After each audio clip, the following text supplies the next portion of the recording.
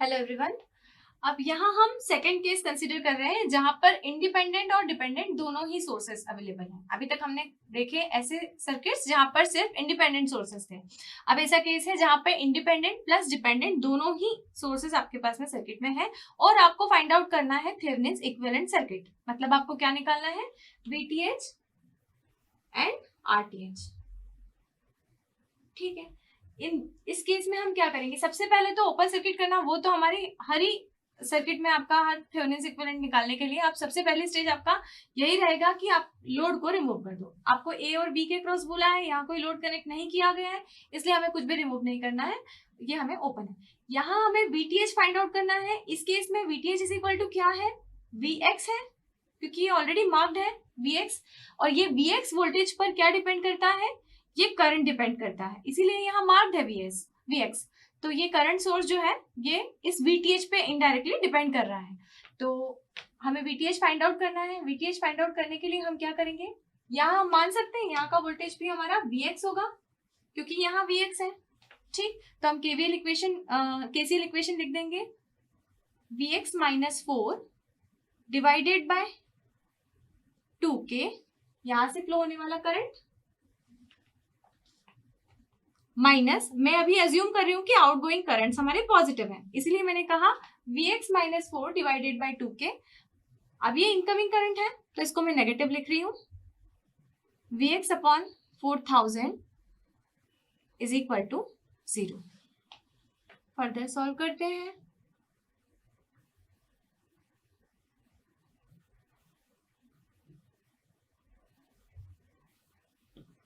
यहां से VX का वैल्यू हमारा आ जाता है 8 वोल्ट।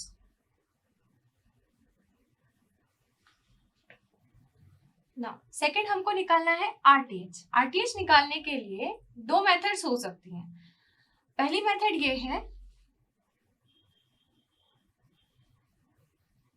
RTH निकालने के लिए हम किसी भी सोर्स को अभी डिस्टर्ब नहीं करेंगे। हम प्रीवियस केस में क्या करे थे, जब इंडिपेंडेंट सोर्सेस थे तो RTH निकालने के लिए हम जितने भी इंडिपेंडेंट सोर्सेस थे उनको इनएक्टिव कर रहे थे। लेकिन अब इस केस में हम दो तरह से RTH फाइंड आउट कर सकते हैं। फर्स्ट, किसी भी सोर्स को आपको डिस्टर्ब करने की जरूरत नहीं है और आप क्या निकालेंगे, RTH will be equal to open circuit voltage divided by short circuit current. Open circuit voltage divided by short circuit current. Open circuit voltage आप ऑलरेडी निकाल चुके हैं VX, जो कि कितना आया था 8 वोल्ट्स, और शॉर्ट सर्किट करंट निकालने के लिए हमें इस ब्रांच को यहाँ कनेक्ट करना पड़ेगा, इस टर्मिनल को। तो हम इसे रीड्रॉ कर लेते हैं सर्किट को।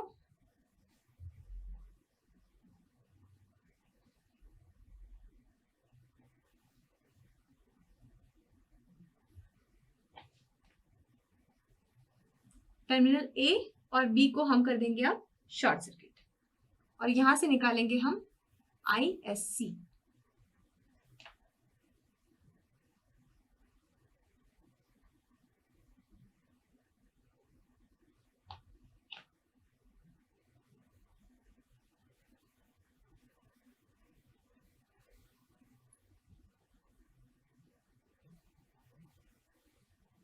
वोल्ट। ठीक है, तो अब यहाँ हम देख सक रहे हैं कि जैसे ही हमने टर्मिनल A और टर्मिनल B को शॉर्ट सर्किट किया, यहाँ VX बराबर क्या हो गया हमारा 0। VX 0 हो जाने के कारण ये करंट सोर्स का वैल्यू क्या हो गया, अल्टीमेटली 0। और करंट सोर्स का वैल्यू 0 हो जाना, इसका मतलब वो इनएक्टिव हो जाना, इसका मतलब वो ओपन सर्किट हो जाना। तो अब हमारा नया सर्किट क्या बन जाता है,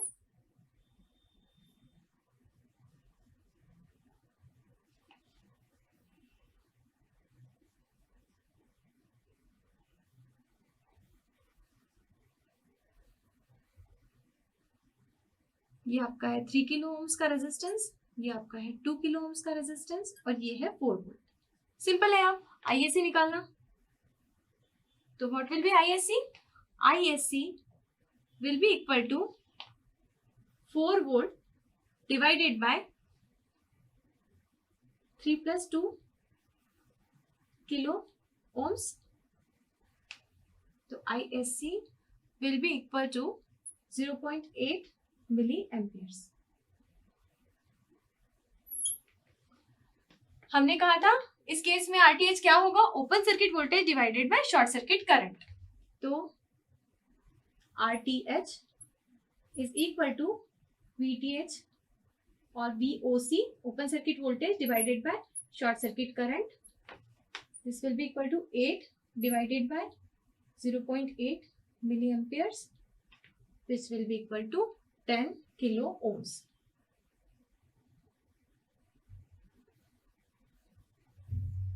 दोनों निकल गए. अब हम इक्विवेलेंट सर्किट ड्रॉ कर लेंगे.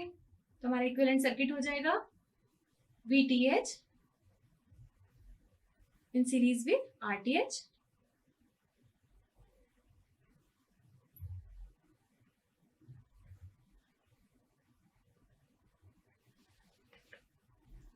दूसरी मेथड होती है RTH फाइंड आउट करने की कि हम जितने इंडिपेंडेंट सोर्सेस होते हैं उन्हें इनएक्टिव कर देते हैं और डिपेंडेंट सोर्सेस को डिस्टर्ब नहीं करते हैं. तो हमारा सर्किट क्या बन जाएगा?